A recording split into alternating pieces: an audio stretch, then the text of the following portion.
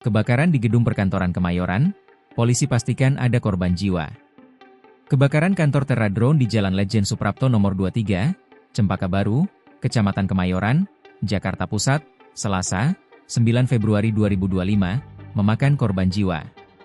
Pantauan Kompas.com di lokasi pukul 14.32 WIB, petugas masih berusaha memadamkan api. Lebih dari 5 mobil pemadam kebakaran beserta belasan anggota tim pemadam kebakaran masih berjibaku di lokasi.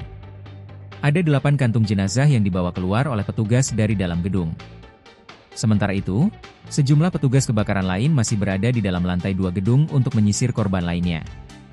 Menurut keterangan saksi, Ani, 53, kebakaran terjadi sekitar pukul 13.15 waktu Indonesia Barat.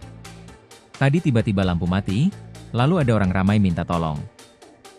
"Tolong, begitu ramai jerit-jerit," ujar Ani saat dijumpai di lokasi. Setelah itu warga melihat keluar ada asap.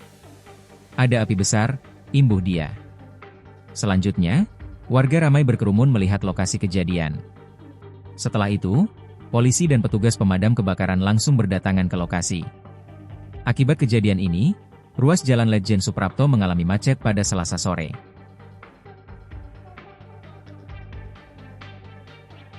Download Tribun X sekarang, menghadirkan lokal menjadi Indonesia.